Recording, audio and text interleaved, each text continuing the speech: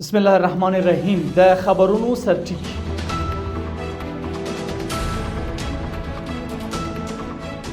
د چین جنوبي اسیا همکاري په اوم فورم کې د اسلامي امارات لوی سفیر ګډون.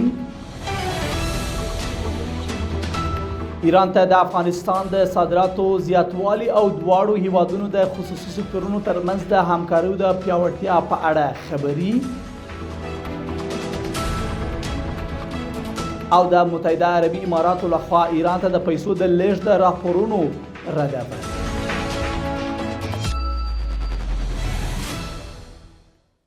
د لوی مهربانه خدای په سپېڅلي نامه درلودونکو سلام. د نن ورځ خبرونو ته ښه راغلاست. نن شنبې د غبرګولي میاشتې 23 نیټه ده. زه یم دا بشپړ خبرونه دي.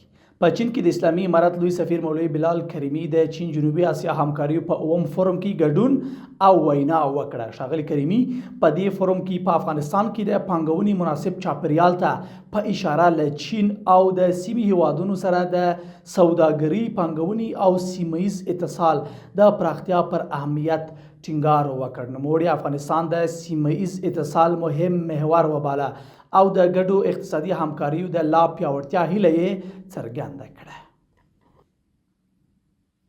د افغانستان د سوداګرۍ او پانګونې خونې رئیس سید کریم هاشمي د ایران او افغانستان د ګډې خونې له پلاوي او ایراني چارواکو سره وکتل. د افغانستان د سوداګرۍ او پانګونې خونې وایي چې په دې لیدنه کې د دوه اړخیز سوداګرۍ پر پراختیا، ایران ته د افغانستان د صادراتو زیاتوالی او د دواړو هیوادونو د خصوصي سکتورونو ترمنځ د همکاریو د پیاوړتیا په اړه خبرې شوې دي.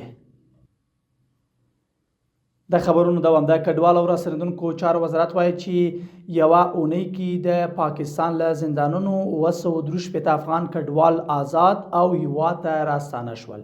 د دې وزارت په وینا یاد کسان د ثبت او لومړنیو مرستو ترلاسه کولو وروسته خپلو اصلي سیمو ته لیږدول شوي دي.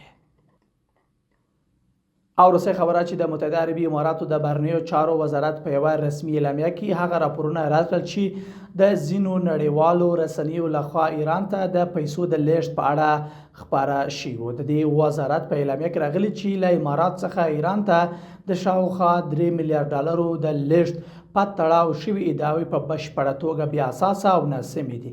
د اماراتو د بهرنیو چارو وزارت ټینګار کړی چې د ایران هیڅ کنګل شوي شتمنۍ د دې هیواد له لارې نه آزاد شوي او نه لیږدول شوي دي.